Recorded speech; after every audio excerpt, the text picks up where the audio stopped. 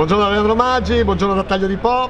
Si inaugura la sede elettorale di Davide Marangoni, uno dei due proponenti sindaci appunto a Taglio di Po, e siamo appunto con Davide Marangoni, già assessore ai lavori pubblici di Taglio di Po, e si presenta con una lista anche rinnovata.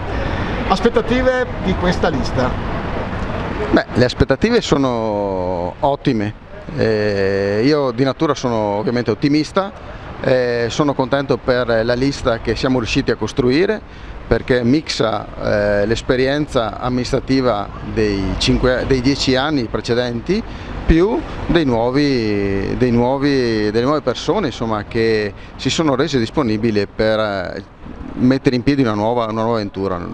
Persone che sono particolarmente contento che siano in lista con me, anche perché li abbiamo cercate e non appena abbiamo saputo la loro disponibilità, insomma, ci hanno reso felici, insomma, per cui ritengo che la squadra sia molto, molto competitiva. Ecco, è una lista che parte dall'esperienza appunto di 10 anni della lista Siviero, però ce ne sono. Quanti sono le nuove entrate?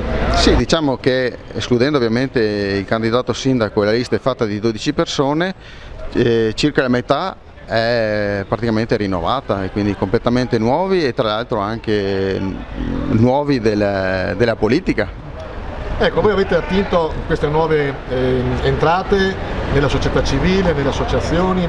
Che valore aggiunto potranno portare secondo lei? Sì, noi abbiamo deciso di questa linea, abbiamo deciso la linea di, come dire, passatemi il termine, di pescare nella società civile, perché la nostra lista è una lista civica, e riteniamo, insomma, che ci sia un apporto maggiore di chi vive quotidianamente la nostra città. Non avere vincoli magari di essere iscritti a un partito o a che, secondo me, è quel valore aggiunto che ci consente quindi di fare anche un salto di qualità. Col vostro competitor, visto che ci sono solo due liste a Taglio di Po, i rapporti come sono?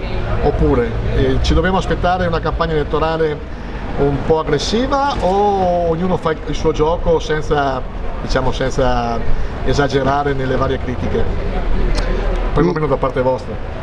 Ma da parte mia non ci sarà nessun tipo ovviamente di critica, e cercherà di essere una campagna elettorale più, diciamo, corretta possibile, anche perché caratterialmente io non sono abituato né a attaccare né a offendere nessuno, per cui i rapporti con l'AILA sono comunque buoni, insomma, quindi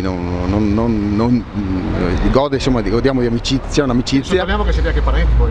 Sì, esatto, per cui non è che sicuramente da parte mia non ci sarà nessun tipo né di aggressione, né tipo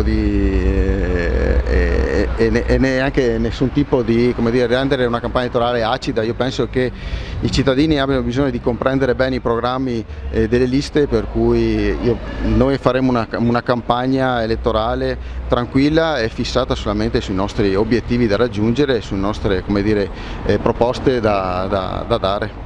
Ecco, lei, essendo stato assessore ai lavori pubblici, ci diceva in un'altra riunione che sono tanti soldini che purtroppo sono fermi con le 4 frecce per i 2 anni di lockdown, e in ogni caso lascerete in eredità, o a lei o alla sua competitor, un bel po' di programmi, un bel po' di risorse per fare tanti lavori a Taglio di Po, o sbaglio?